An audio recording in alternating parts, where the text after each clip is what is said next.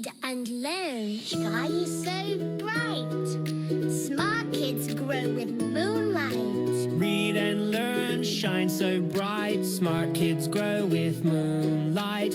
E-Schoolify series, fun and true. Learning dreams for me and you. Welcome to E-Schoolify series.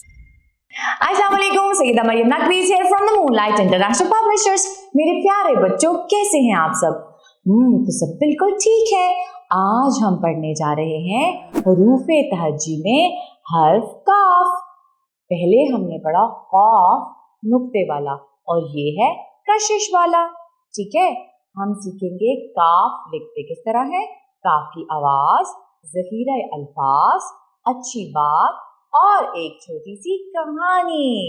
तो शुरू करें।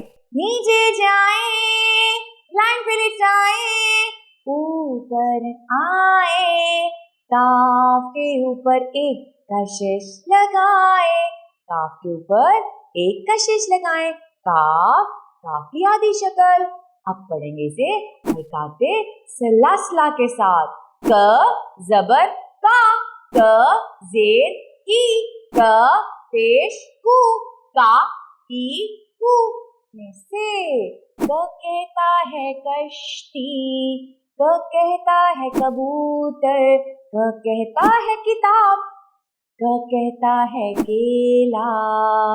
काफ आवाज है क कश्ती, क किताब, क केला, क कबूतर।